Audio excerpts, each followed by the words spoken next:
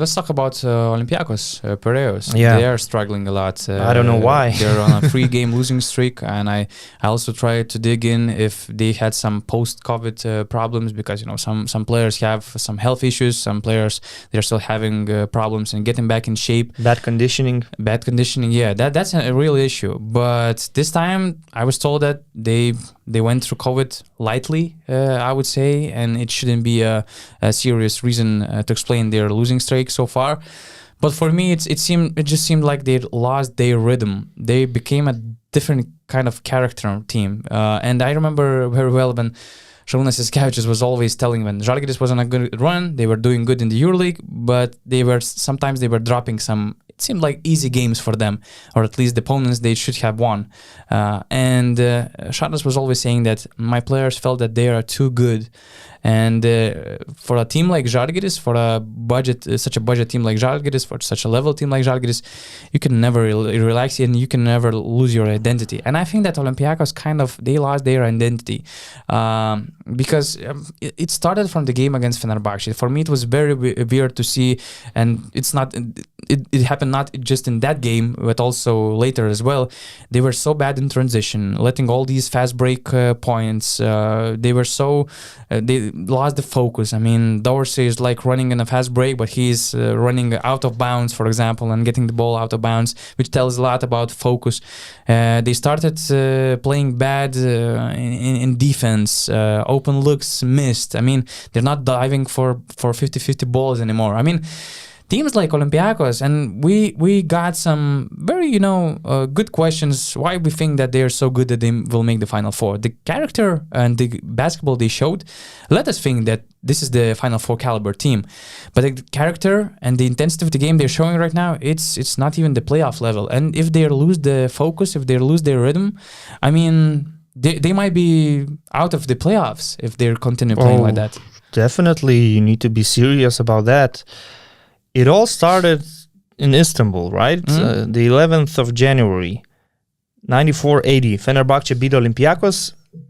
And Olympiacos, in the first part of the season, had, if I'm not mistaken, the best defensive rating in the league, or the second best. They were one of the best balanced teams. Yeah. Now, all of a sudden, Fenerbahce, without De Colo and Vesely, scored 94 points against them. A lot of three-pointers. But okay. It's one game. It can happen. Maybe sometimes. It was a coincidence. Maybe just Fenerbahce had a crazy night. Yeah, everyone was hitting shots. It happens, right? But then January 20th, Tel Aviv, 84-69. Again, a very bad defensive performance from Olympiacos against Maccabi that were struggling. They were on an 8-game losing streak. They were struggling. Then you're thinking, okay, maybe Maccabi got a little bit better. Maybe they're resurrecting. It still was a game in Tel Aviv, but you're starting to have some doubts about Olympiacos. Mm-hmm. And finally, the third game that actually proves that something is wrong, at home against Crvena Zvezda. And when I hear after the game Coach Bartzokas talking about how it is unfair that we can only allow 1,000 fans into our arena.